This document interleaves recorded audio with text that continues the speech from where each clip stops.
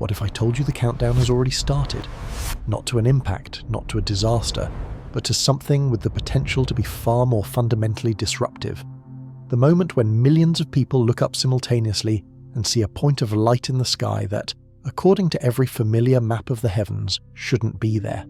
The object designated 3I Atlas, officially classified as an interstellar comet, will make its closest approach to Earth on December 19, 2025. And if the independent observers are right, if the unexplained sporadic flares they've been documenting in its light curve are real, this visitor from another star could become visible to the naked eye.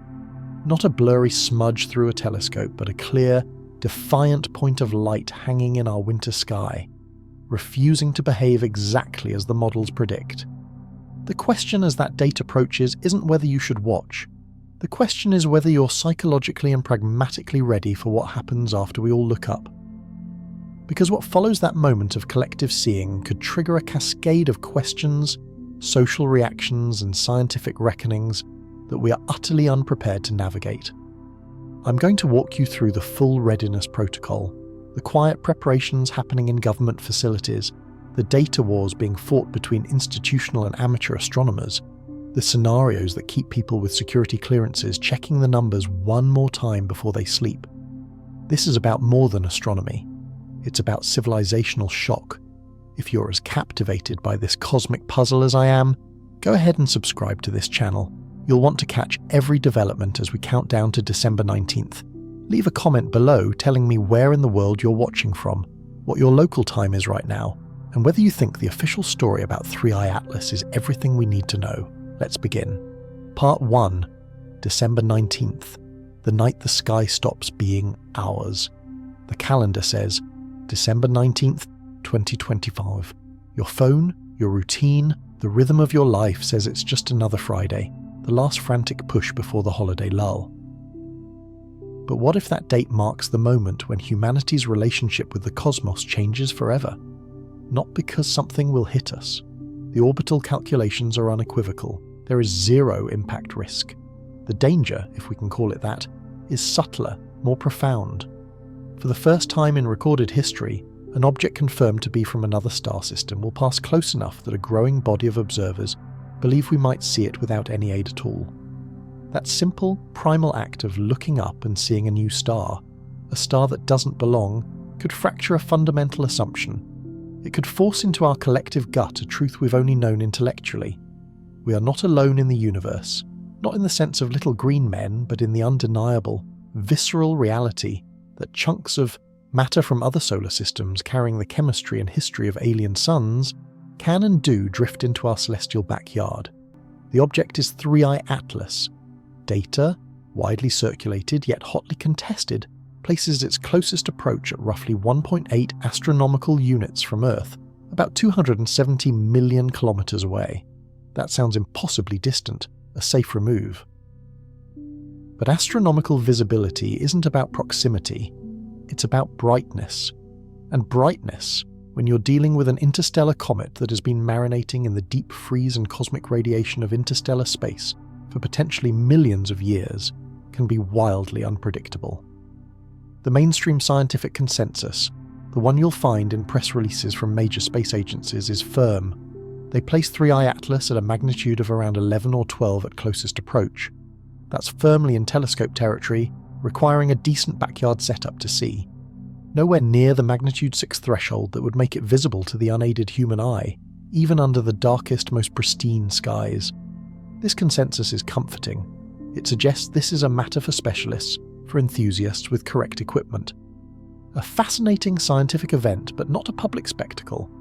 But here is where the narrative splinters, where the comforting consensus develops cracks. And by interesting, I mean deeply unsettling.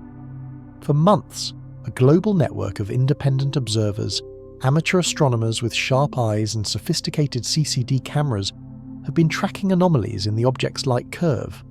They report sporadic brightening events, flares, pulses that suggest the comet's activity is far more dynamic and volatile than the smooth, predictable curves published by major observatories. This chatter, this data from the frontiers of detectability, is where the hype about potential naked-eye visibility was born. It stems from a fundamental truth about comets, especially interstellar ones. They are unpredictable. Their behaviour is dictated by their composition, and 3i Atlas has a composition that reads like it came from a completely different cosmic cookbook. When the James Webb Space Telescope turned its infrared gaze toward this visitor, it found something startling. The coma, that fuzzy envelope of gas and dust surrounding the nucleus, is dominated by carbon dioxide. Not water, not the typical mix we see in comets born in our own solar system, but carbon dioxide with traces of water, carbon monoxide and dust. This chemical signature screams foreign origin. It tells us this object formed in conditions radically different from the icy bodies native to our neighbourhood. It likely coalesced in a colder, more volatile-rich region around another star, perhaps in the outer frozen reaches of a planetary system where temperatures hover just above absolute zero. And when an object like that, a stranger with a different chemical memory, enters our solar neighbourhood and starts getting cooked by our sun, all bets are off. Carbon dioxide sublimates, turns directly from ice to gas, at temperatures where water ice would still be stable. This means 3i Atlas could experience violent outgassing events, sudden, explosive releases of trapped volatiles that would make it flare dramatically in brightness without warning. Now, hold that thought. Imagine the scene. It's the evening of December 19th. You step outside, perhaps after a long week, looking up at a sky you've known your entire life. The familiar constellations are there, Orion rising in the east, the steady planets. But then you see it, a point of light that wasn't there last night, or the night before. It doesn't twinkle like a star. It holds a steady, cold gleam. You check your star map app, it belongs to no constellation. It doesn't move with the predictable, placid drift of a satellite. This is something else. This is a point of light from somewhere else, from an impossibly far away somewhere else now hanging in your sky. The psychological impact of that moment, multiplied by millions, would ripple through society in ways we can barely model. Suddenly, viscerally, the abstract concept of interstellar exchange becomes personal. The sky, that timeless backdrop to human drama, becomes an active, dynamic space with visitors. We would confront, not just in papers but in our souls, the reality that we live in a cosmic exchange network. The scientific community is, understandably, trying to manage expectations.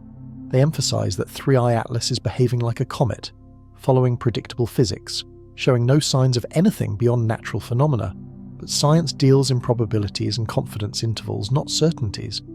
And when your sample size, the number of interstellar objects humanity has studied in detail, is precisely 2, the first being the enigmatic Oumuamua, every assumption carries enormous weight and enormous uncertainty. We have never tracked an object like this through a complete solar encounter. We've never had instruments this sensitive trained on something so unequivocally from out there.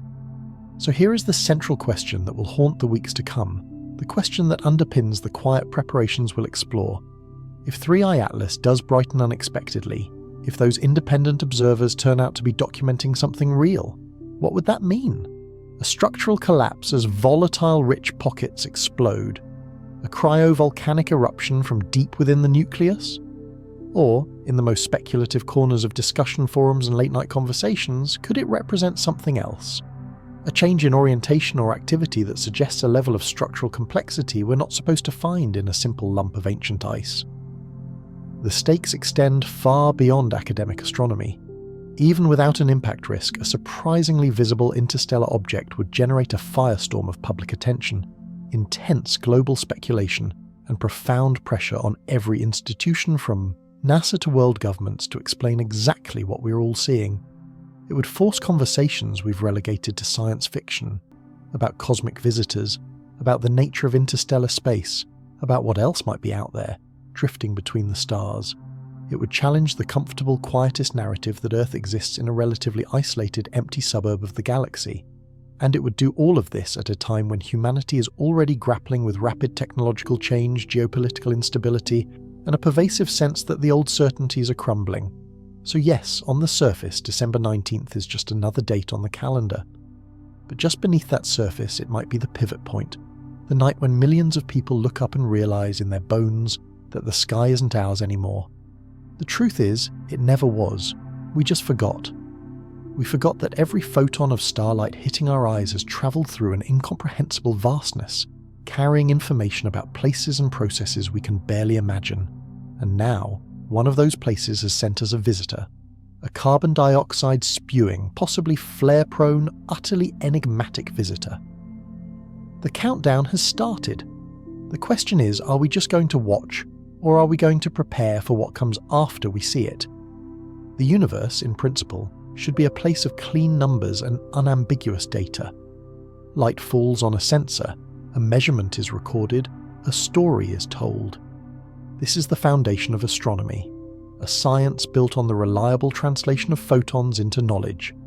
But when the object you're trying to measure is a city-sized chunk of ancient ice and rock from another star screaming through the inner solar system on a one-way ticket, that ideal of clarity becomes the first casualty. We find ourselves not in a unified search for truth, but in the midst of a data war. The scientific community is in an uncomfortable, publicly fractious position, caught between competing datasets that paint wildly different pictures of what 3i Atlas is actually doing out there. This isn't academic squabbling over decimal places. The discrepancies in brightness measurements and light curve interpretations have direct, real-world implications for what we should expect in the coming weeks, and more profoundly, for how we understand the very nature of interstellar space itself. At the heart of this war is photometry, the seemingly straightforward act of measuring how bright an object appears from Earth. You track that brightness over time, plot the points, and you get a light curve. For a normal comet, that curve tells a story, a gradual brightening as it approaches the sun, maybe some periodic wiggles from a rotating nucleus, perhaps a sudden spike from an outburst. The grammar of cometary light is a language we've been learning for centuries, but 3i Atlas is not speaking in familiar dialects. The conflict begins with the amateurs. In online forums, on data-sharing platforms like the Minor Planet Center, and in tightly knit Discord servers, a global network of dedicated observers post their nightly findings. These are individuals with high-end backyard telescopes, sensitive CCD cameras, and a deep, patient understanding of the sky. Their collective data paints a curious, some would say alarming picture. They are detecting brightness variations that come in sharp, irregular bursts, pulses of light that appear over hours or days, then fade. Some of these observers claim to see a pattern emerging from the noise, a rough periodicity in these flares, repeating on a schedule of roughly 11 to 16 hours. This is too regular to be easily dismissed as random noise, yet too irregular to be the simple, smooth signature of a rotating ball of ice. The implication is provocative. Could the nucleus of 3i Atlas be an irregular, lopsided thing, with active jets of sublimating gas that sweep across our line of sight, like a cosmic lighthouse beam, causing these rhythmic brightenings? The problem, and the counter-argument from the institutional side, is that these observations are being made at the very edge of detectability. We're trying to measure the faint whisper of an object hundreds of millions of kilometers away. Atmospheric turbulence, the same thing that makes stars twinkle, scrambles the signal. Instrument sensitivity varies. The background glow of the sky itself introduces noise that can masquerade as a real pulse. The amateur data is inherently messy, a signal struggling to be born from a sea of chaos. Now, contrast this with the data flowing from the institutional telescopes. The large ground-based observatories atop mountains in Chile and Hawaii, and the pristine view from space-based platforms like the James Webb, report a different story.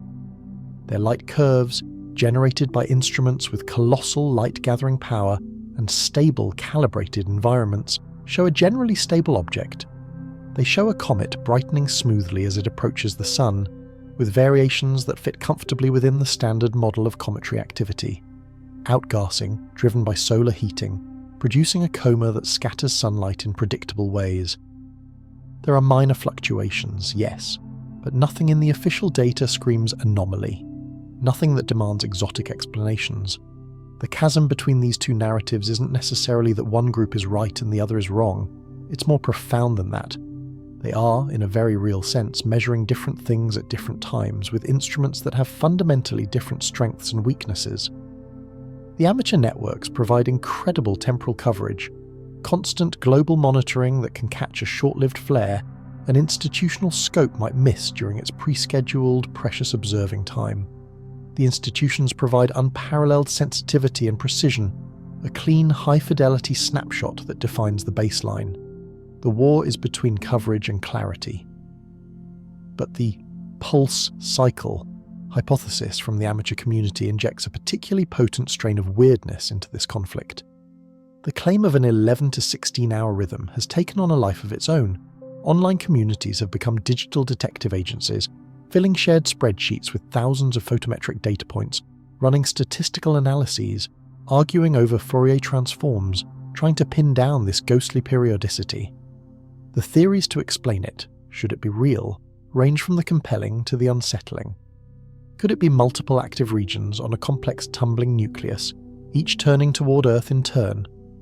Could tidal stresses from the sun's gravity be causing the object to crack periodically, releasing puffs of gas on a schedule? Or in the hushed corners of these forums, does the rhythm hint at something that doesn't fit neatly into the natural phenomena box?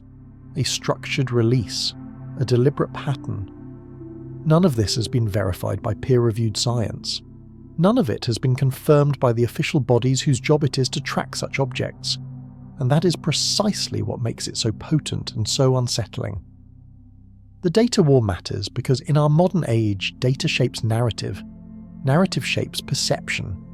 And perception, on a global scale, becomes a tangible force. If you trust the institutional measurements, 3i Atlas is a fascinating but ultimately well-behaved comet. Its primary interest is its provenance. It's a scientific sample, not a spectacle. If you lend weight to the amateur observations and the emergent pulse theory, you're suddenly dealing with an object exhibiting complex, patterned behaviour that might indicate internal processes we don't understand. It becomes an enigma. And in the ecosystem of instant communication and social media amplification, both of these narratives spread simultaneously, creating a schism in public understanding before the object has even reached its closest point. This leads to the inevitable, thorny question: why would major space agencies and observatories, if they were seeing ambiguous data, downplay or smooth over unusual brightness patterns? The charitable, and most likely explanation, is scientific conservatism. Their reputation rests on rigour. They operate in a world where extraordinary claims require extraordinary evidence, and a few anomalous data points from noisy sources do not constitute that evidence. To endorse the pulse theory prematurely would be a profound breach of scientific protocol. The less charitable interpretation, whispered in the same online spaces where the pulse theory thrives, is that they are managing public perception, that there is an institutional incentive to avoid sensationalist headlines, to prevent public anxiety, to keep the narrative tidy and non-disruptive. Consider the pressure on an agency like NASA. It is juggling a portfolio of multi-billion-dollar missions, competing for congressional funding, operating in a political and media landscape where a single misleading headline about alien pulses could derail years of careful work on planetary science or Mars exploration. If 3i Atlas turns out to be, in the end, just an unusual but natural comet, any premature hype about anomalous behaviour would damage institutional credibility.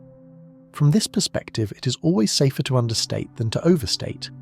Better to be cautiously boring than to be spectacularly wrong in front of the entire world. But we must circle back to the core uncertainty. What if the amateurs are documenting something real? What if those brightness spikes represent genuine, powerful outgassing events? Jets of sublimating carbon dioxide erupting from subsurface pockets as sunlight penetrates the crust? What if the suggested periodicity reflects the actual rotation of a bizarrely shaped multi-jetted nucleus? These would be profoundly natural explanations.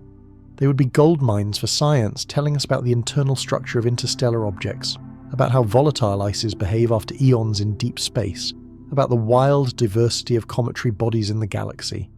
They would fit within the paradigm of physics just at its outer edges. The alternative explanation, the one that lives in the uncomfortable electrifying space between speculation and paranoia, is that the variations might indicate something else entirely, not just natural complexity, but applied complexity. A change in surface properties that seems timed rather than chaotic, a venting event that appears controlled, a pattern of emissions that suggests not just geology, but but something resembling engineering. I am not endorsing this view. The evidence for it as it stands is circumstantial and buried in noise, but I am stating plainly that the current data environment allows for it. We're in uncharted territory with a sample size of one active interstellar comet. We're trying to interpret the behaviour of an object whose rulebook was written around a different star.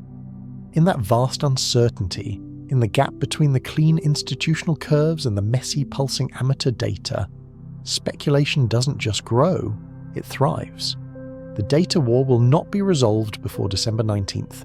We will reach closest approach with these competing narratives still in play, with professional and amateur astronomers looking at the same patch of sky and, in a very real sense, seeing different objects.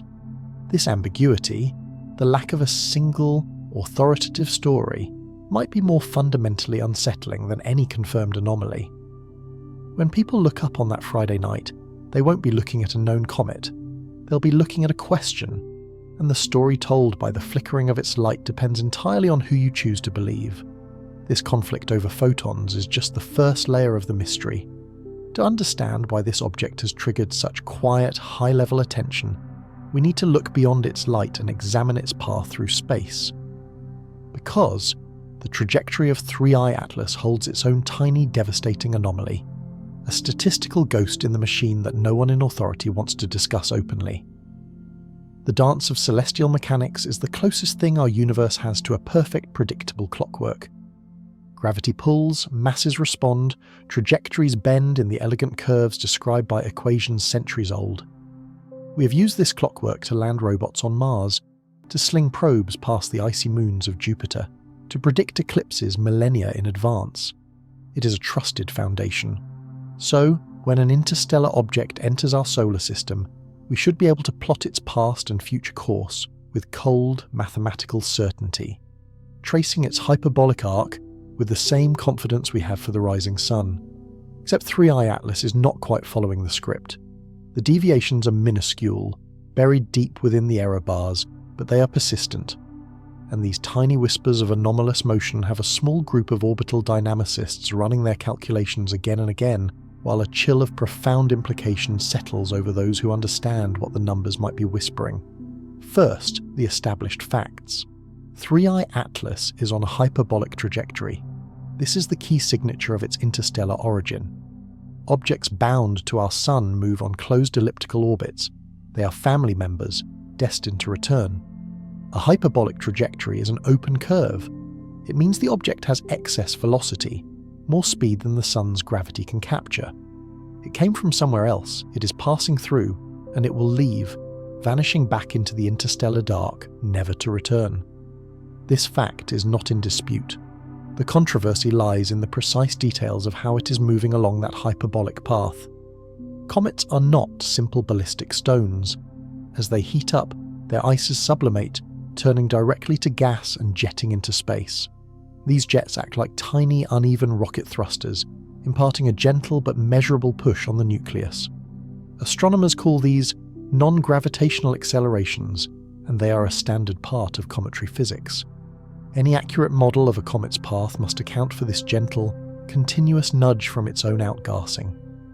For 3I Atlas, this modelling should be, in principle, straightforward. We know it is outgassing. The James Webb data confirmed the carbon dioxide coma. We have estimates of its nucleus size ranging from about 440 metres to perhaps 5.6 kilometres across, a wide range reflecting the difficulty of measuring a faint distant object.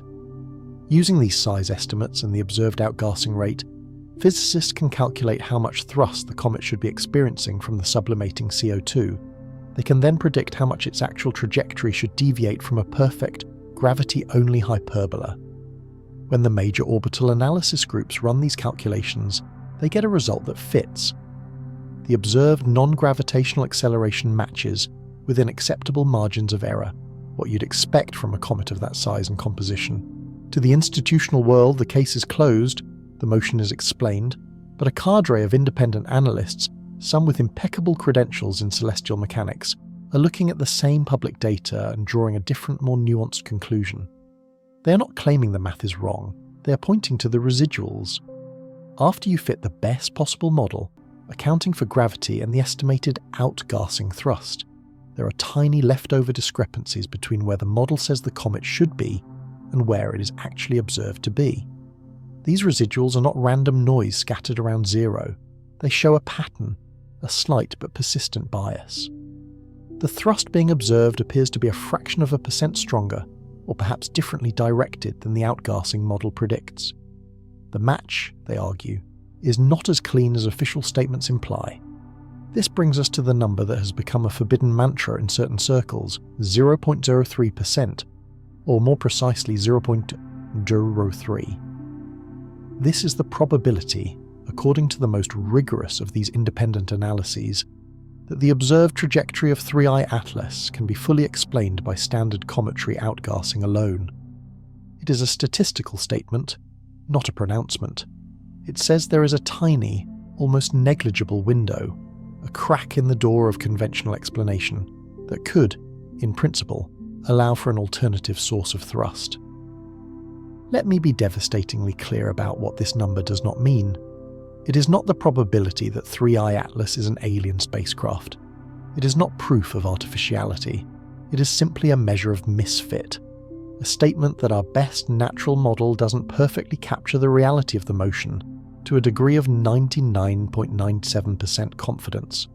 In almost any other context, studying a main belt asteroid or a Kuiper belt object, this tiny residual would be dismissed without a second thought. It would be buried as measurement uncertainty, unmodelled thermal effects, or the subtle push of a light radiation pressure. But this is not any other context. This is an interstellar object, and we have been here before. The ghost of Oumuamua hangs over this entire discussion. That first confirmed interstellar visitor, a bizarre, tumbling, cigar-shaped object, also exhibited a non-gravitational acceleration. And Oumuamua's was far more puzzling because it showed no visible coma, no dust, no gas, no obvious source for the thrust that was pushing it. The scientific community eventually settled on explanations like the outgassing of pure hydrogen, which would be invisible, or the push from sunlight on an unusually reflective surface. These were plausible but required special, somewhat strained assumptions. The key point is this: our first interstellar visitor had an acceleration we couldn't easily explain with standard comet models. Now, our second detailed interstellar visitor, 3I Atlas, is showing a similar, though much smaller, signature. The pattern, however faint, is what alarms the careful observers. Maybe interstellar space itself imprints these objects with unique properties. After millions or billions of years adrift, bombarded by cosmic rays and cycled between unimaginable cold and occasional stellar warmth, maybe their surfaces become strange. Maybe they develop a crust that sublimates in non-standard ways, or their internal structures create asymmetric jets that our simple models can't capture. This is the conservative, naturalistic extension of the hypothesis. But the 0.03% door, once opened even a crack, lets in a chilling draft of speculation. What if the anomalous component of the acceleration isn't random? What if it represents something else providing a minuscule, consistent thrust? Not a dramatic course correction, not a blazing rocket plume, but a subtle, sustained nudge. The kind of nudge you might get from a system designed for stabilization or gentle maneuvering. A probe, designed to look like a comet, might use its outgassing for both camouflage and propulsion, but perhaps with an additional, tiny vector from internal systems, a gyroscopic stabilizer, a shifting internal mass, or a purposefully asymmetric nozzle design that adds a directional bias to the natural venting. I am not claiming this is happening. I am stating that the orbital mechanics, as they stand, do not rule it out. The mathematics, when pressed to their limits of precision, leave that hairline fracture of possibility. Why does a 0.03% chance matter? In a universe governed by probability, non-zero means possible, and for a global psyche primed by a century of science fiction, that tiny, abstract number transforms from a statistical footnote into a psychological foothold. It becomes the thread that, when pulled, can unravel our comfortable assumption that we are simply watching a rock. It transforms 3I Atlas from a natural wonder into a cosmic cipher, an object that might be more than the sum of its ices, carrying intent in its trajectory that we lack the context to decode. As the comet moves toward its December 19th rendezvous, more tracking data floods in from radar arrays and optical telescopes. Each new data point refines the trajectory. That 0.03% window will either slam shut, crushed by the weight of precise measurements that finally align perfectly with the outgassing model, or it will stubbornly remain, even grow more defined. Either outcome is a lesson. One teaches us that interstellar comets, while exotic, obey our known physics. The other teaches us that there is something fundamentally new to learn about how matter behaves on million-year journeys between the stars. But the period of maximum uncertainty is now, and in that uncertainty, other entities, with mandates far broader than pure science, have begun to pay very close attention. The watchers are being watched, and the protocols for observing something that doesn't fit are quietly, methodically being activated. Science, in its ideal form, is a beacon of transparent collaboration. Public observatories publish their findings, data is shared in open archives, and discoveries are announced to the world, contributing to a collective pool of human knowledge. But there exists another layer of observation, a parallel track that operates in the shadows of classification and national security. A layer where instruments built for one purpose can be silently retasked for another, where data is collected but never published, and where the definition of threat expands to include the cosmically unknown. According to fragmentary reports, carefully worded non-denials from officials, and the sudden, curious repurposing of certain deep space assets, 3i Atlas has attracted attention from organisations that do not typically concern themselves with comets. A protocol has been activated. Let's call it Passive Observation Protocol Zeta, a working name for what appears to be a coordinated, global and intensely quiet monitoring campaign focused on our interstellar visitor. The passive part is key. It means no active interrogation, no powerful radar pulses beamed from Earth to ping the nucleus, no laser ranging that would announce our technological presence like a flashlight in a dark forest. Pure, silent listening, collecting every photon, every whisper of radio emission, every potential particle of data that crosses the gulf between 3i Atlas and Earth's most sensitive detection networks. The protocol part suggests this is not an ad hoc reaction. It implies a pre-existing playbook, a set of contingency plans drafted for scenarios exactly like this. When an object of unknown provenance and uncertain behaviour enters the solar system.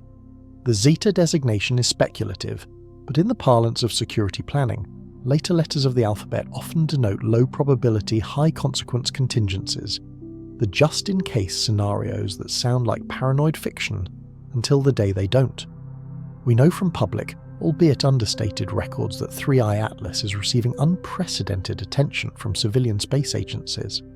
The International Asteroid Warning Network, typically focused on potentially hazardous near-Earth objects, has dedicated significant resources to tracking it, despite its zero-impact risk.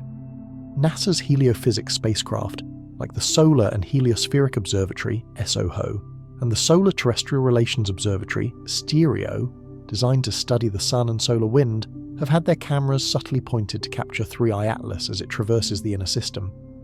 This marks the first time these instruments have ever imaged an interstellar object, creating a unique dataset that blends solar science with the study of an alien visitor.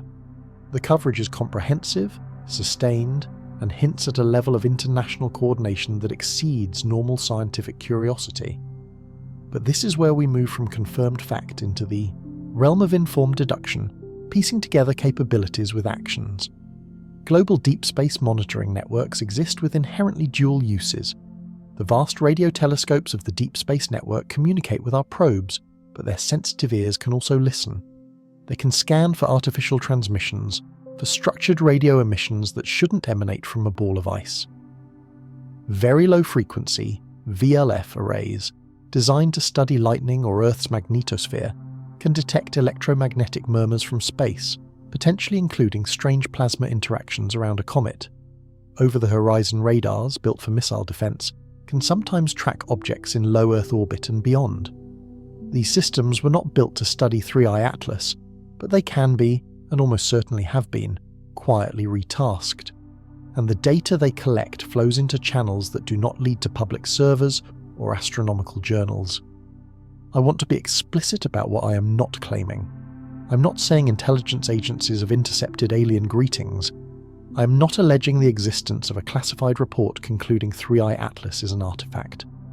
What I am stating is this.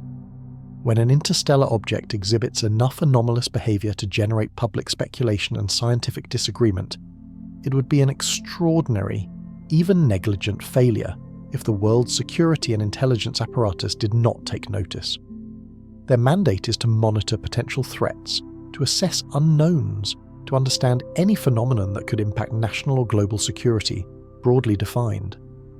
An object from another star, passing through our strategic backyard, possibly behaving in ways that defy simple explanation, falls squarely into that mandate. It is the ultimate unknown unknown. The online sleuthing community has added intriguing, if unverified, colour to this picture.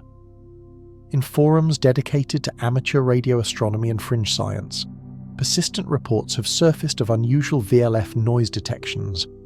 Hobbyists with homemade antennas claim to have recorded bursts of electromagnetic static that seem to correlate, loosely, with the timing of the brightness flares reported by visual observers. These claims are anecdotal. They could be local interference, instrumental glitches, or wishful thinking amplified by confirmation bias. But the reports are geographically dispersed, coming from observers in North America, Europe and Australia. The pattern suggests a global community of watchers independently turning their homebrew equipment toward 3i Atlas and comparing notes, creating a crowdsourced sensor net that is, in its own messy way, watching for the same things the official protocols might be. Historical precedent gives this speculation chilling plausibility. During the Cold War, US intelligence satellites designed to detect the infrared signatures of Soviet missile launches famously captured the 1994 impact of comet Shoemaker-Levy 9 into Jupiter, providing crucial data. More recently, US military satellite data, declassified years later, revealed previously unknown meteor impacts over oceans. The link between national security infrastructure and cosmic observation has always been intimate. The same technologies that watch for nuclear detonations can see asteroid impacts. The same sensors that track missiles can track strange comets. It is a marriage of convenience and necessity. So, why activate a passive protocol? Why the silence? Several strategic reasons present themselves. First, and foremost, is the avoidance of premature conclusions. If your most sensitive instruments pick up something truly anomalous, a radio pulse, a structured optical flash, the last thing you want is a public announcement before you have exhausted every possible natural explanation. Panic, misinformation, and social disruption are tangible risks to be managed. Second, maintaining an observational advantage. If there is any possibility, however remote, that 3i Atlas is more than a comet, you want to gather as much data as possible before alerting the object, or before other nations might take disruptive action. Knowledge is power, and silent observation grants you time to acquire it. Third, managing complex international dynamics. Space is no longer a peaceful commons, it is a contested domain. The nation or alliance that best understands an interstellar anomaly could gain immense prestige, strategic insight, or even a bargaining chip. A coordinated, quiet protocol allows for behind-the-scenes data sharing and assessment without public posturing or panic. There is another, more philosophical possibility. Perhaps passive observation protocol Zeta is not primarily about 3i Atlas itself, but about us. It is a dress rehearsal, a real-world, real-time test of our global capacity to detect, assess, and respond to an unexpected cosmic visitor. It tests data-sharing agreements between rival agencies and nations under the pressure of a genuine unknown. It identifies gaps in our sensor coverage, flaws in our analytical models, and weaknesses in our decision-making chains. In this view, 3i Atlas is a convenient, harmless test subject, a cosmic training dummy. The real purpose is to prepare for the day when the next interstellar visitor might not be so benign, or its behaviour so easily dismissed. As December 19th approaches, you can be certain that in facilities with shielded walls and badges that don't photograph well, analysts are watching feeds that will never be public. They are running algorithms designed to find patterns in noise, to distinguish a natural plasma burst from a structured signal, They are asking questions that would sound absurd in a university seminar, but are perfectly rational when your job is to prepare for contingencies that haven't happened yet. Whether this is the height of prudent vigilance or the depths of institutional paranoia will be determined by what, if anything, the comet does in the coming weeks. But one, truth is now evident. The sky is being watched by more eyes, and more kinds of eyes, than most people realise. And not all of those eyes are looking for scientific publication. They are looking for assurance, for threat assessment, for an answer to the question we're all asking, but they are asking it with the full weight of state security behind them. What are you? The passive watch has begun, and its findings, whatever they may be, will likely remain in the dark, leaving the public to navigate the coming days with only the visible light from the comet and the growing unease that we are not being told the whole story. This unease crystallises into practical action as the clock runs down, forcing institutions and individuals alike to confront what they will do in the first critical hours when the visitor is at its closest, and all our questions hang in the balance. Time possesses a strange elasticity in the face of a looming deadline. The months of distant tracking, the weeks of accumulating data points, the gradual scholarly debate, all of it condenses violently as the object approaches its moment of perigee. Abstract speculation crystallises into concrete contingency. Theoretical scenarios become operational checklists. This is the 72-hour window preceding closest approach on December 19th. It is the period of maximum tension, where the gap between what we know and what we need to know becomes a yawning chasm that must be bridged by preparation, protocol, and, ultimately, guesswork. For the governments, agencies and institutions charged with managing societal stability, this is when the playbooks are opened, not just read but enacted. The playbook for an interstellar object with zero impact probability but high uncertainty is a unique document, blending scientific caution with disaster response pragmatism. The first component is final data consolidation. In secure virtual rooms, a global council of astronomers, orbital dynamicists and spectroscopists from every major space agency and observatory engages in a continuous rolling conference. The goal is to forge a single, authoritative situational picture from the fractured data war. The pulsating light curves from amateurs in Germany, the pristine spectroscopy from Webb, the radar-derived shape models from Goldstone, the faint thermal signatures from Spitzer, all are fed into a collective model. Supercomputers run ensemble simulations, calculating not just the most likely brightness and trajectory, but exploring the long tails of the probability distribution. What is the 99th percentile brightness spike? What is the plausible range of the non-gravitational residual?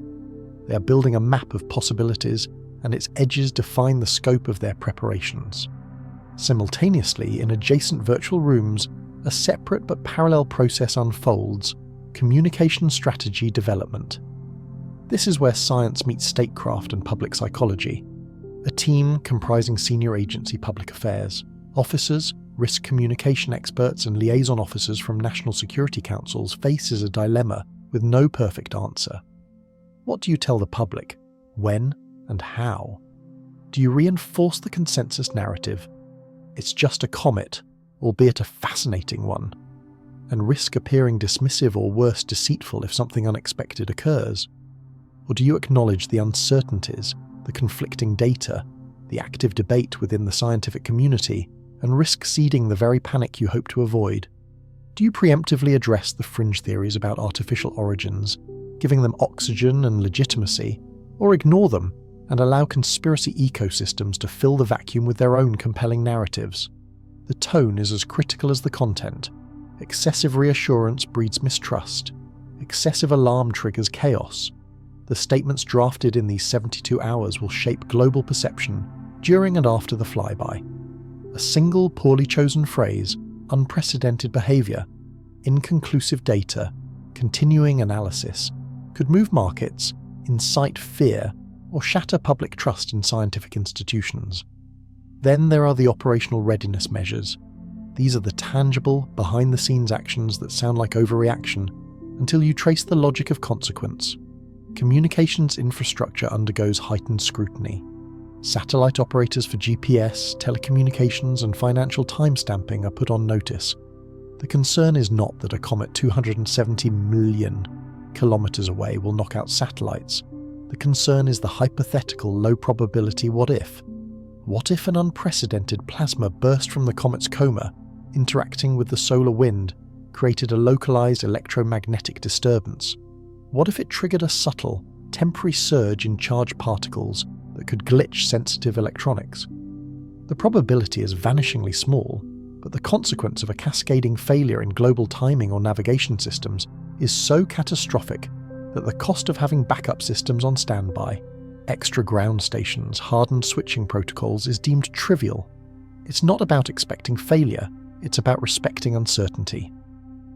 Emergency services and local law enforcement in major countries receive discreet, non-alarmist briefings. Again, the threat is not from the sky, but from the ground, from the human reaction to the sky. The scenario planners model crowds. If 3i Atlas does become naked eye visible, social media will erupt in real time.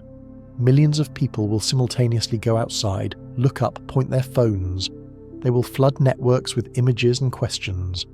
Within that surge, a smaller but significant percentage may experience genuine anxiety, confusion, or existential fear. 911 call centres could be overwhelmed not by reports of disaster, but by requests for explanation. Traffic accidents could spike as drivers are distracted by a strange light. For individuals with precarious mental health or those predisposed to apocalyptic belief, the sight could be a triggering event leading to personal crises that require a compassionate, prepared response. The briefing for first responders is simple: expect increased, atypical public activity and anxiety. Respond with calm, factual information if asked. Ensure you have capacity for a potential surge in low acuity, high-volume calls. Perhaps most significantly, the global network of telescopes and radars dedicated to planetary defense, to detecting potentially hazardous asteroids, shifts to an elevated alert status. This is a live-fire exercise of unparalleled value. 3i Atlas is a real, fast-moving complex object. Tracking its exact position, refining its trajectory in real time, sharing that data internationally across jurisdictional lines, and running impact risk assessments, even when the risk is zero, tests the entire system under authentic conditions. It reveals latency in data pipelines, ambiguities in communication protocols, and gaps in observational coverage. For the planetary defense community, this is a gift, a chance to stress test their networks with a genuinely interesting object before they might need to do it for a genuinely dangerous one. The lessons learned in this 72-hour window about international coordination and rapid data synthesis could one day save the world. For the individual, the advice is necessarily different, balancing rationality with psychological comfort. Objectively, there is no reason to stockpile supplies or fear the sky. Subjectively, the feeling of helplessness in the face of a cosmic unknown is profoundly unsettling. Therefore, the sensible personal preparations are those that are broadly useful. Ensure communication plans with family are known, have backup power for phones, follow a few verified, authoritative sources for information instead of falling down social media rabbit holes. These are not doomsday measures.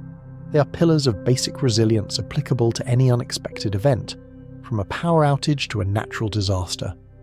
If December 19th passes quietly, these preparations cost nothing. If the unexpected occurs, they provide a crucial anchor of stability. The psychology of this 72-hour window is a tightrope walk for institutions and individuals alike. Too much visible preparation signals alarm, potentially creating a self-fulfilling prophecy of panic. Too little preparation is negligence, leaving society flat-footed before a potential paradigm shift. The goal is a calibrated, proportional response, measured not by the probability of an anomalous event, but by the product of that probability and the magnitude of its consequence. For 3i Atlas, the probability is low, but the consequence of a global psychological and social shock is sufficiently high to justify moving chess pieces on the board that are never meant to be seen by the public. The playbook is being followed, the protocols are live.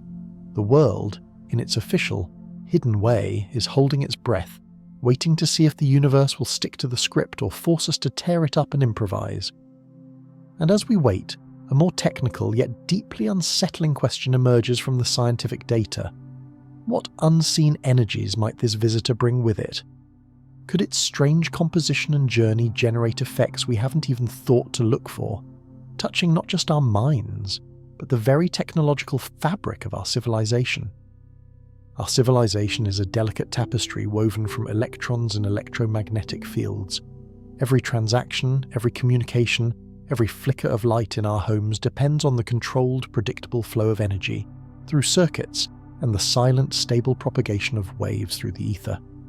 We have built this miraculous, fragile infrastructure assuming a benign cosmic environment, with only the occasional solar storm as a reminder of our vulnerability. But what happens when an object from outside our stellar system, an object with an unknown chemical history and demonstrably volatile behaviour, passes through this environment? What electromagnetic signature does an interstellar comet carry? And could that signature, however faint, interact with the invisible fields upon which we so precariously depend? To answer this, we must move from orbital mechanics into the realm of plasma physics and high-energy chemistry to construct the electromagnetic profile of 3I Atlas. We begin with the known. 3I Atlas possesses a large carbon dioxide-dominated coma. As sunlight, particularly ultraviolet radiation, bathes this expanding cloud of gas and dust, it ionizes the molecules, stripping away electrons. This creates a plasma, a soup of charged particles surrounding the nucleus. The solar wind, that constant stream of charged particles flowing from the sun, then slams into this cometary plasma.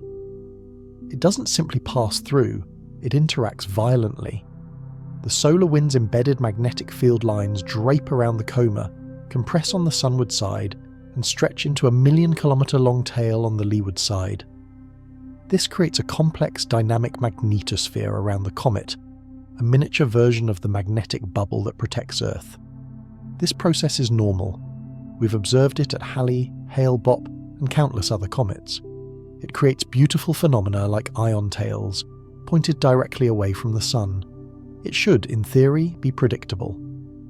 What makes 3I Atlas a potential outlier is, once again, its composition and its history. Recent peer-reviewed studies based on web data and laboratory analogues have developed a compelling hypothesis. The surface of 3I Atlas is not pristine comet ice. It is an irradiated crust.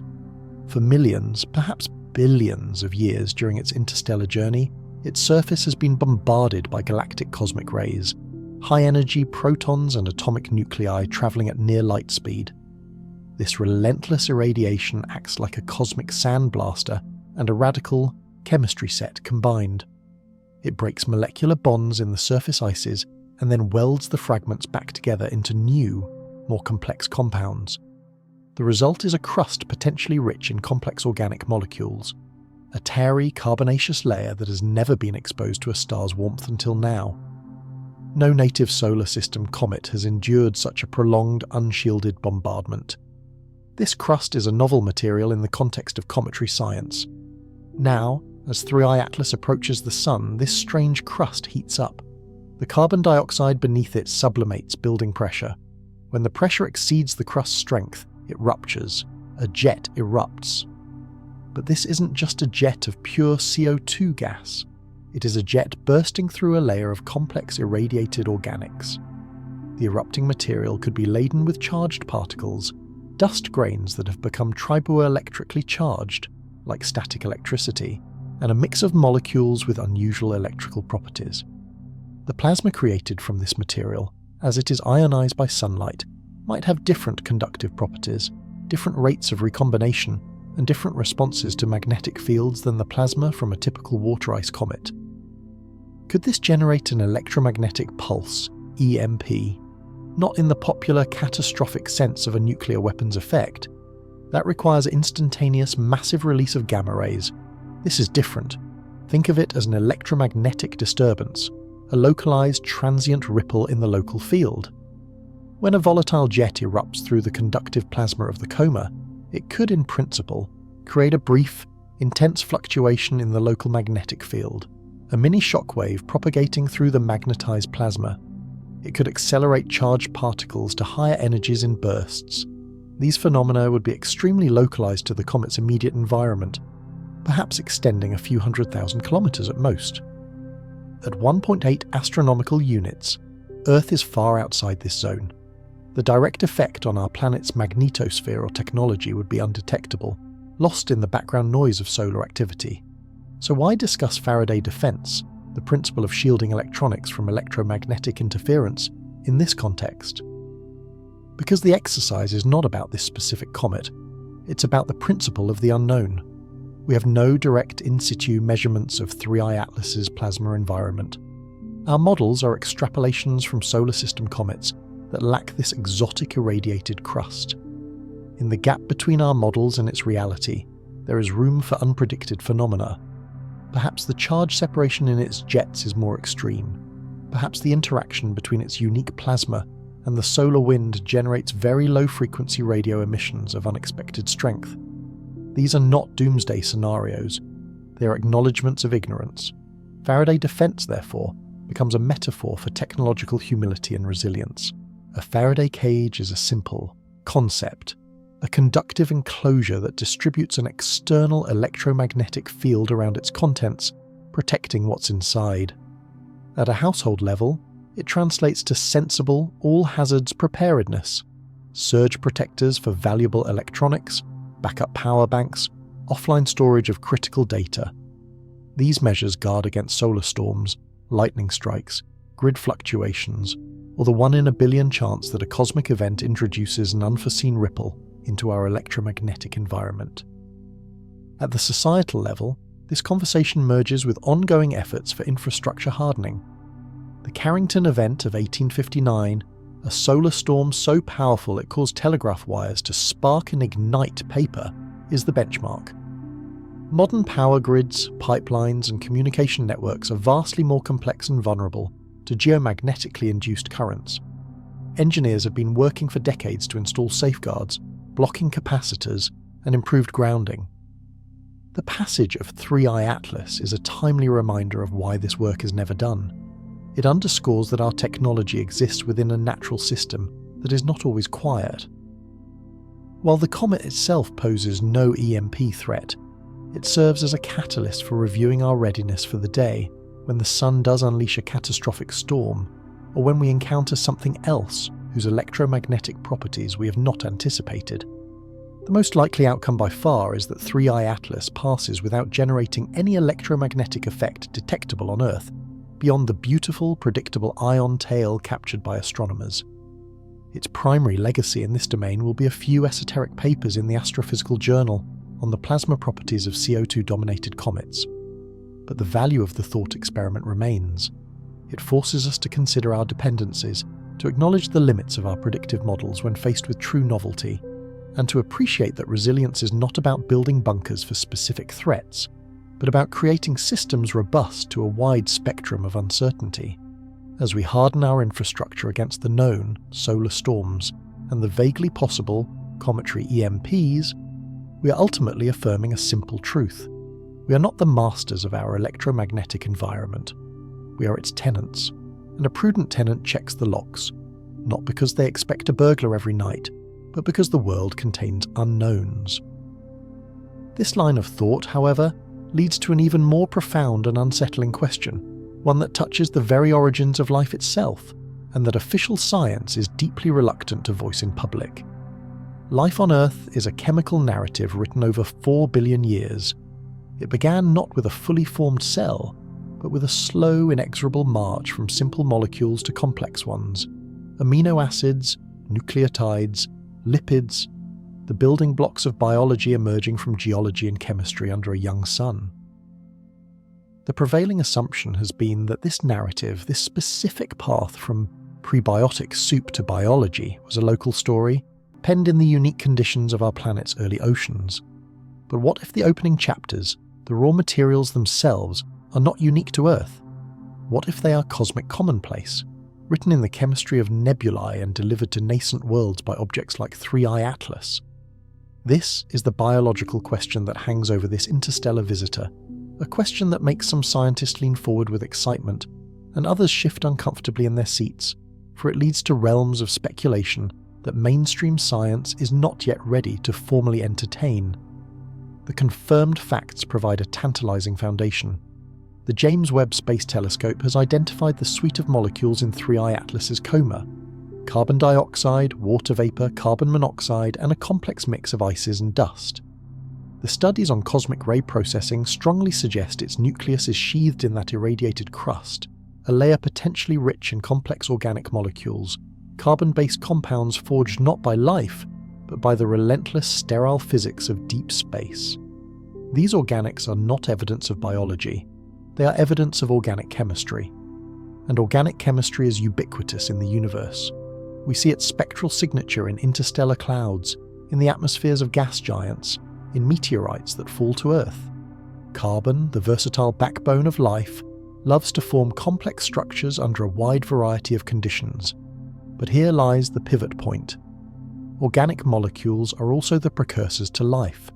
They are the raw feedstock from which, given the right conditions of energy, solvent, and time, biological systems can arise. The hypothesis of panspermia, that life, or its ingredients, can be distributed between planets and even star systems by comets and asteroids, is a century-old idea that oscillates between fringe and respectable. The primary counterargument has always been sterilization. Interstellar space is a hellscape for delicate chemistry. Galactic cosmic rays would shred complex organic molecules and certainly destroy any living organism over million-year timescales. The vacuum and extreme temperature swings would complete the job. The orthodox position is therefore clear, even if 3I Atlas once carried biological material from its home system. That material is now not just dead, but chemically obliterated, reduced to radiation-processed carbonaceous gunk. Yet, let us engage in a disciplined thought experiment, playing the skeptic's advocate to this orthodox view. The cosmic ray dose in interstellar space is severe, but it is not an instant perfect sterilizer. It is a penetrating but slow process. The radiation would indeed devolve complex biology and degrade delicate organics on the surface into a certain depth. But 3I Atlas is not a pebble. Its nucleus is estimated to be up to several kilometers in diameter. Could there be a core, shielded by hundreds of meters of pristine ice and rock, that has been protected? A sealed vault, preserving material unchanged since its formation around another star? And as the sun's heat penetrates, triggering those violent outgassing jets, could it be excavating and ejecting material from these deep sheltered reservoirs? If so, then 3I Atlas is not merely a comet. It is an unscheduled, uncontrolled sample return mission from another planetary system. It is delivering, into our astronomical observation zone, pristine chemistry that may be wholly alien. Advanced spectroscopy could, in principle, detect signatures of this exotic chemistry. Unusual isotopic ratios of carbon or oxygen, hinting at formation in a different stellar nursery with a distinct nucleosynthetic history. Complex organic molecules like polycyclic aromatic hydrocarbons, PAHs, or even amino acid precursors in patterns or abundances not seen in solar system comets. The absence of such detection so far is not proof of absence. Our spectroscopic tools are magnificent, but they have limits. They detect what is abundant and volatile in the coma. Rare compounds or molecules trapped in dust grains, or chemistry buried deep within non-outgassing sections remain invisible. We are seeing only what the comet is actively giving up to the vacuum. The risk narrative, the idea that exposure to this interstellar material could pose a biological hazard, is, from a scientific standpoint, nearly absurd. Earth has been bombarded by cometary and asteroidal material since its formation. The late heavy bombardment, around 4 billion years ago, was a cataclysmic rain of such objects. If interstellar material carrying active biological contamination were a threat, it would have played its hand already, either by extinguishing life or being incorporated into it. Our biosphere is the product of this cosmic mixing. Every breath we take contains atoms forged in distant stars and likely delivered by ancient impacts. The arrival of 3I Atlas adds a trivial, infinitesimal amount of new material to this ongoing exchange. The odds of it containing a viable, replicating organism that could interact with Earth's biosphere are so infinitesimal as to be non-existent. Alien biochemistry, even if preserved, would be like a key from an alien locksmith, utterly unlikely to fit the intricate, co-evolved locks of Earth's biology.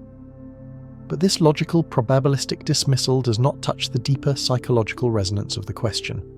The idea of alien chemistry, even sterile and non-living, taps into a primal curiosity and a profound anxiety. It forces us to confront Earth's place in a cosmic biochemical network. The discovery of amino acids in carbonaceous chondrite meteorites revolutionized our understanding of life's potential origins, proving these building blocks form readily in space. 3i Atlas could represent the next step, not just the building blocks, but more complex pre-assembled modules, the chemical paragraphs and pages that might precede the first chapter of biology. Consider the ultimate thought experiment, one that will remain science fiction for this visitor, but must guide our planning for future ones. If we could land a probe on 3i Atlas, drill through its irradiated crust, and extract a core sample from its deep interior, what would we find? Would it be simply familiar ices in unfamiliar ratios? Or would we find a chemical labyrinth, molecular structures that seem oddly organized, polymers that hint at a tendency toward complexity we haven't witnessed, or even molecular fossils of processes that, in another system, under another sun, might have crossed the threshold we call life? We will never get that sample from 3i Atlas. It is moving too fast and we were not prepared. But it is a rehearsal for the question. The next interstellar visitor, or the one after that, might be on a trajectory we can intercept. This is the silent, profound weight the biological question carries. It is not about imminent contamination, it is about connectivity. If 3i Atlas carries a distinct complex organic signature, it is a data point proving that the galaxy is not a collection of isolated chemical experiments. It is a single, massive, interconnected reactor. Material from stellar nurseries coalesces into planets and comets. Gravitational slingshots eject some of that material into the interstellar void. Over galactic timescales, that material drifts, mixes, and occasionally rains down on other systems, seeding them with chemistry from across the galaxy. We are not a solitary genesis. We are participants in a galactic-scale exchange of organic matter. Life on Earth may have been sparked, or at least supplemented, by molecules that formed around a star that died before our sun was born. This realization, more than any speculation about intelligence, could be the true psychosphere shock. It renders the universe not just physically vast, but biologically potent. It suggests that life, wherever it emerges, might do so from a common galactic reservoir of prebiotic ingredients. The visitor in our sky, then, is not a threat, but a relative, a distant cousin carrying the shared chemical heritage of the Milky Way. This shifts the paradigm from isolation to kinship, a conceptual leap that could fundamentally alter how humanity views its place in the cosmos. But such a philosophical shift requires a catalyst, a moment of undeniable shared recognition. That moment, if it comes, will not be triggered by a scientific paper read by a few thousand specialists. It will be triggered by a public event, a collective experience that forces the reality of our cosmic context into every living room, every social media feed, every human mind. And the mechanism for that shock may not be the chemistry itself, but the simple, terrifying, wondrous act of seeing the visitor and the chaotic, uncontrollable way our global society would react to that sight. Human consciousness is a fragile ecosystem, built upon a bedrock of unchallenged axioms. The sun rises, objects fall, other minds exist, and the universe operates by knowable rules. These are the psychological foundations of society, the silent agreements we make with reality that allow us to function. But what happens when an event occurs that does not merely add new information, but violently challenges one of these deep-seated axioms? The psychological term is paradigm shock, but a more fitting term for the societal scale version is psychosphere shock, a tremor that reverberates through the collective human mind, altering culture, politics, and identity in its wake. Historical examples are rare but instructive. The detonation of the atomic bomb forced humanity to confront its own power for self-annihilation, embedding a permanent anxiety into the global psyche. The Apollo 8 Earthrise photograph indelibly implanted the image of our planet as a fragile, lonely oasis, catalyzing the environmental movement. These were psychosphere shocks. Now, imagine it is December 20th. the flyby has occurred, and the data, or the public perception of it, has forced a conclusion that cannot be walked back. Not necessarily that 3i Atlas is an alien spacecraft, but that its behaviour, structure, or emissions are inconsistent with natural comet models as understood by the public. The revelation breaks, perhaps through a leaked internal report, a frantic social media thread from a credible astronomer, or an official press conference stammering with uncharacteristic uncertainty. Within hours, the knowledge is global. An object from another star system might be more than a rock. The psychosphere shockwave begins to propagate. The immediate human reactions would fractalize across a vast spectrum. A significant minority would feel pure, elated wonder, a sense of cosmic milestone achieved.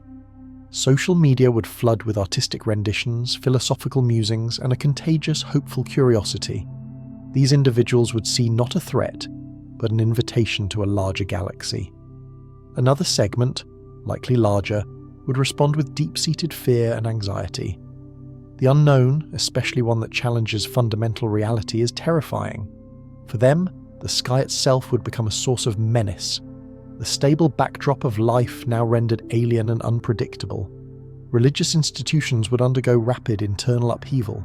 Some factions would integrate the visitor into eschatological prophecy, declaring it a sign of end times or divine revelation. Others would struggle mightily to reconcile doctrine with a cosmos suddenly teeming with non-terrestrial actors, potentially triggering schisms between literalist and adaptive interpretations of scripture. The economic reaction would be swift and brutal. Markets are algorithms of confidence, and they abhor ambiguity of this magnitude. Investors, unable to price a risk that has no precedent, would default to the safest action: withdrawal. You would see flash crashes in equities, violent swings in currency, markets, and a flight to concrete assets like gold and land. The very concept of long-term investment would freeze as the future itself became an unknown country. Supply chains, already fragile, would seize up as corporate risk managers paused shipments and contracts, waiting for clarity that might not come for weeks. This wouldn't be a permanent collapse, but a profound global spasm of uncertainty. A multi-trillion-dollar verdict on humanity's fear of the unknown. Social trust, that invisible glue holding complex societies together, would face its ultimate stress test. If official sources had spent weeks downplaying the object's significance, only to be confronted with anomalous data, the public would feel betrayed. The sentiment, "what else do they know?" would become a pandemic of suspicion. Conversely, if the news emerged through unofficial, crowdsourced analysis before official confirmation, it would breed deep distrust of institutions seen as slow, secretive, and paternalistic. In either case, the credibility gap between public knowledge and perceived institutional knowledge would become a chasm, filled by conspiracy theories that are often more emotionally satisfying than complex, uncertain truths. This dynamic would be turbocharged by information cascades and algorithmic amplification. Social media platforms, engineered for engagement, would surface the most extreme emotional content. Measured scientific explanations would drown in a sea of sensationalist videos, panic-driven testimonials, and expertly crafted disinformation. Network effects would create digital mobs and echo chambers, polarizing the public into armed camps of believers and debunkers before any authoritative consensus could form. The social reality would become a fragmented, hysterical narrative long before the scientific reality was settled. There is no clean historical parallel to model this. Pandemics show how we respond to a biological threat with a mix of altruism and hoarding. Terrorist attacks demonstrate how solidarity and fear can intertwine. But this is not a pathogen or an attack. It is a revelation about context. It is the sudden, jarring understanding that the human story is a subplot in a galactic saga. The closest analogy is the Copernican revolution, but that unfolded over centuries, allowing culture to absorb the blow gradually. A modern psychosphere shock from a confirmed interstellar anomaly would compress that centuries-long adjustment into days. The cognitive whiplash would be severe. Institutional responses would be trapped in a nightmare of trade-offs. A strategy of controlled disclosure, dripping out information slowly to manage public digestion, might minimize initial panic but would guarantee eventual accusations of a cover-up, destroying long-term trust. A strategy of full transparency, releasing raw, ambiguous data the moment it is obtained, would uphold scientific integrity, but would unleash chaos, as a public lacking the tools to interpret spectral graphs or orbital residuals would spin it into 1,000 terrifying stories. There is no playbook that navigates this cleanly. Every decision would create a new wave of unintended consequences. The core of the psychosphere shock is not about technology or biology, but about meaning. For all of human history, the cosmos has been a passive canvas onto which we projected our myths, our gods, our sciences. A confirmed anomaly from another star shatters that passivity. It suggests the canvas is alive with its own narratives, its own processes that are utterly indifferent to us. It forces the existential question.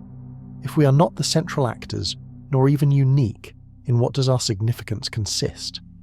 This is the shock that could unravel cultural and psychological structures, leading to anything from a new era of global unity under a cosmic perspective, to a retreat into fundamentalist isolation, to a widespread nihilistic despair.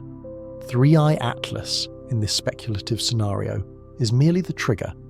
The shock is latent within our civilization, a product of our technological maturity meeting cosmic reality.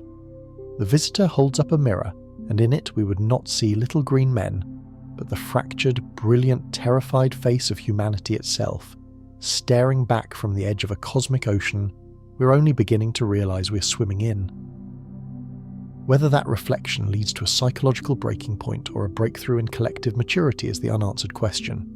And in the frantic hours following a revelation, those in power would be faced with a desperate measure of last resort, controlling the very flow of information itself in a bid to manage the unmanageable. The ultimate question of control in the 21st century then emerges. In the face of a destabilizing cosmic truth, would they dare to throw the switch? Control of information is the oldest imperative of power. From censoring pamphlets to jamming radio signals, authorities have always sought to manage the narrative during crises to maintain order. But we now inhabit a world of instantaneous, global, decentralized communication, a digital nervous system for civilization. This raises a severe pragmatic question that sounds dystopian until you examine the logic of crisis management. If the passage of 3i Atlas triggered a genuine, destabilizing psychosphere shock, would those in authority consider restricting communications to prevent societal fracture? Do they have the capability? And if they tried, what would that look like in our hyperconnected age? This is the realm of the internet kill switch, not a literal button, but the concept of state-level control over digital information flows during an existential emergency. The technical feasibility varies wildly by nation. In states with centralized, government-controlled internet infrastructure, where a handful of state-owned service providers operate international gateways, a near-total shutdown is administratively simple. We have seen it happen. Egypt did it in 2011 during the Arab Spring, severing most international connections for days.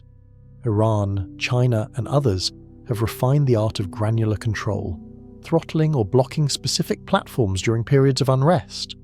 The mechanism is straightforward. Issue an order to the few controlled choke points. The internet, for most citizens, ceases to exist. In decentralized democracies with private infrastructure, the process is far more complex but not impossible. It would require the invocation of emergency powers, likely under national security statutes, compelling hundreds of independent internet service providers, ISPs, and telecom companies to comply. Legal challenges would be immediate, and compliance would be patchy. The real wildcards are satellite internet constellations like Starlink.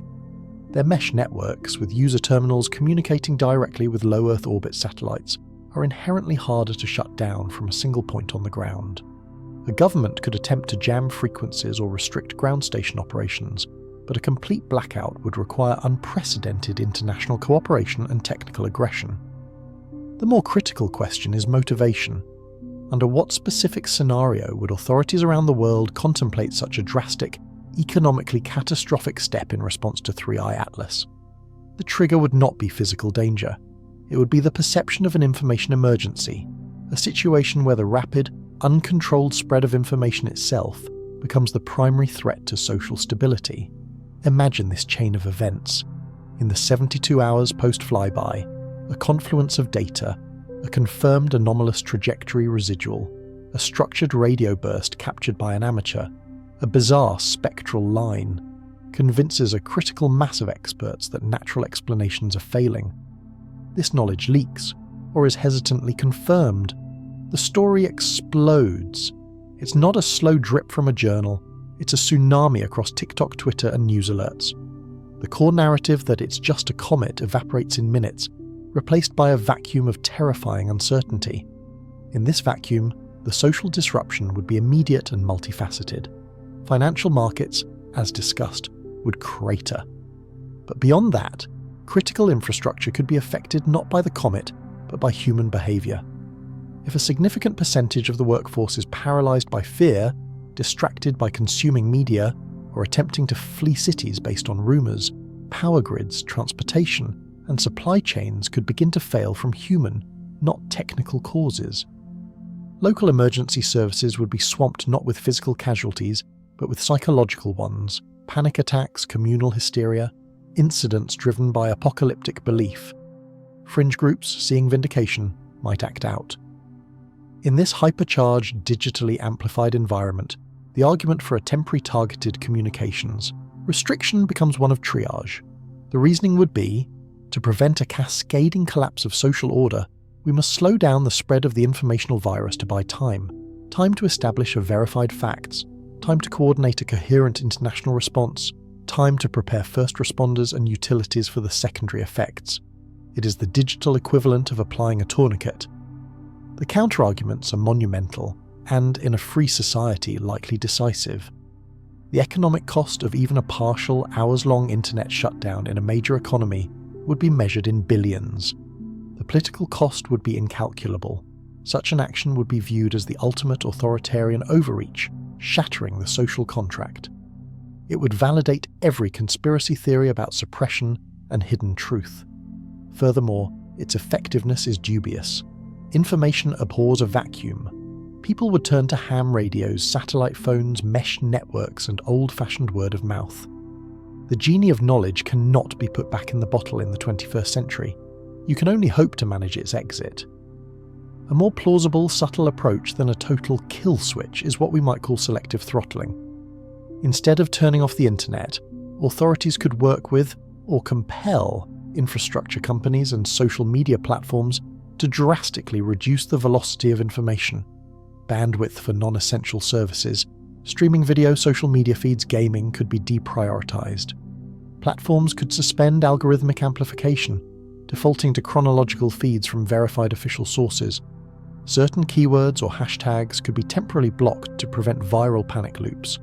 This soft control is less visible, generates less immediate backlash, and still achieves the key goal: reducing the social feedback mechanisms that turn anxiety into mass hysteria. We have seen shades of this during riots or terrorist attacks, where authorities have requested social media companies to slow or remove content to prevent coordination of violence or spread of graphic material. For 3i Atlas specifically, the probability of even this softer approach being deployed in Western democracies remains extremely low. The threshold for compromising foundational principles of free communication is astronomically high.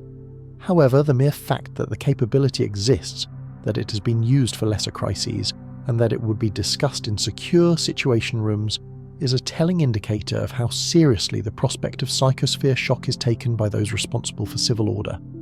For the individual, the practical takeaway is not to fear a blackout, but to recognise the inherent fragility of our centralised digital connectivity. Resilience, therefore, lies in diversification. This has nothing to do with paranoia about 3i Atlas, and everything to do with basic preparedness for any disruption. From solar storms to cyber attacks to natural disasters, maintain multiple communication methods, know the FM radio stations that carry emergency broadcasts, have a battery-powered radio, have agreed upon physical meet-up points with family if cell networks fail, keep printed copies of crucial information. These steps decouple your personal safety net from the stability of the digital grid. They are an acknowledgement that while the global internet is a marvel, it is not immortal, and our reliance on it is a vulnerability. The discussion of information control brings us to the final, most profound layer of speculation surrounding 3I Atlas. We have examined it as a natural anomaly, a biological courier, a trigger for social shock, and a test of control systems. But there remains one overarching unifying hypothesis that ties the orbital anomalies, the unusual chemistry, and the high-level attention into a single, breathtaking narrative. It is the possibility that forces us to ask not just what the object is, but what its presence here might imply about our own place in a universe that is not merely physical, but possibly curious. We have journeyed through the layers of the 3I Atlas mystery, from the data wars and trajectory anomalies, through the biological implications and security protocols, to the chilling prospects of psychosphere shock and information control. Now we arrive at the final, most profound and unsettling layer of speculation, the possibility that unifies all the others into a single, coherent, and paradigm-shattering narrative. What if 3I Atlas is not a random piece of cosmic debris? What if its carbon dioxide dominance, its irradiated organic crust, its faint but persistent trajectory residuals, and the timing of its arrival are not accidents of nature, but features of a design? What if we are not looking at a comet but at a probe? Not in the cliché sense of a gleaming metallic spaceship, but as something far more sophisticated, patient and alien, a manufactured object engineered to survive eons of interstellar travel and to observe stellar systems while mimicking a natural phenomenon. Consider the design logic from first principles. An intelligence wishing to conduct a galactic survey over million-year timescales would not build fragile, power-hungry ships. It would build robust, passive and stealthy observers. The perfect camouflage in the harshness of interstellar space is not a polished hull, but a blanket of ice and rock. A several-kilometre-thick shield of water and CO2 ice provides superb protection from cosmic rays and micrometeoroid impacts. Deep within this protective shell, the actual instrumentation, sensors, data processors, a power source perhaps based on long-lived radioisotopes, could lie dormant, preserved in the deep freeze. The object's activity, its outgassing and coma, would not be a malfunction. It would be part of the power and propulsion system. As it approaches a star, the heating triggers sublimation. The venting gases provide both a tiny thrust for course adjustment and the plasma needed to mask or power low-level sensor activity. The anomalous non-gravitational acceleration, that 0.03% residual, would be the signature of this subtle, supplemental guidance. Not enough to be obvious, just enough to fine-tune the flyby for optimal data collection. This hypothesis reframes every piece of anomalous data. The unusual chemistry, not a sign of a foreign star system, but a chosen propellant mix. CO2 sublimates at a useful temperature, creating a predictable, controllable jet. The irradiated organic crust, not a byproduct of a long journey, but a deliberately engineered outer layer, a sophisticated polymer or nanocomposite material designed to absorb radiation, manage thermal properties, and perhaps even serve as a sensor array itself, its changing chemistry upon heating, acting as a form of information gathering. The rhythmic brightness pulses that amateurs report? Not random outgassing, but a periodic system check, a sensor calibration, or even a low-power omnidirectional beacon. Pulses so faint and natural seeming they are dismissed as noise by anyone not specifically looking for a pattern within it. This is not a claim. It is an interpretive framework that fits the existing data without violating physics. It is an exercise in what the philosopher of science Thomas Kuhn called a paradigm shift, a new lens through which to view all the facts. Under this lens, the passive observation protocol Zeta is not an overreaction. It is the bare minimum. Of course, security agencies are listening. If there is even a 0.03% chance this is an artifact, you listen with everything you have. The biological question transforms. We are not discussing random panspermia, but the possibility of directed panspermia, the deliberate ancient seeding of precursor chemistry, with the probe itself being a later model observer checking on the experiment. The psychosphere shock is no longer about a strange comet, but about the moment humanity realizes it has been under a form of scrutiny for which it has no precedent. What would such a probe be doing? The most plausible mission is reconnaissance, a von Neumann-style observer non-replicating on a grand tour. It enters a system, uses the star's gravity for a slingshot, and during its passage, it collects data. It records the radio spectrum mapping the technosignature of the civilization. It performs spectroscopic analysis of planetary atmospheres, looking for biosignatures or industrial pollutants. It might even deploy smaller, stealthier sub-probes, nanosats that could enter orbit around interesting worlds, relaying data back to the main bus before it leaves the system. All this data would be stored, compressed, and transmitted in a tight, laser-focused burst back toward its point of origin or to a relay node at a time and direction we would be unlikely to intercept. This leads to the most poignant and humbling implication of all. If 3I Atlas is such a probe, then December 19th is not just a close approach, it is assessment day. For weeks or months as it has approached the inner solar system, it has been gathering its report on us. What is it recording? That Sol has a rocky planet in its habitable zone with an oxygen-nitrogen atmosphere laced with synthetic chemicals and structured radio emissions. That this planet is encircled by a shell of orbital debris, thousands of active satellites and millions of pieces of junk, the clear signature of a technological but immature civilization. That this civilization is capable of detecting its approach, of arguing about its nature on a global network, of pointing its most powerful telescopes and secretive sensors to study it. That we're a species on the cusp, clever enough to see the visitor but still fractured, fearful and planet-bound. We're not a unified, spacefaring civilization. We're a noisy, chaotic, promising and endangered adolescent species. And then it will leave. It will gather its final data, make perhaps one infinitesimal course correction using that anomalous thrust, and hurtle back out into the interstellar dark, carrying its report into the void. The ultimate message of 3I Atlas, if it is a probe, may not be for us. It may be about us. This speculation, while compelling, must be held lightly. The null hypothesis, that it is simply a very interesting, naturally diverse comet, remains far more probable.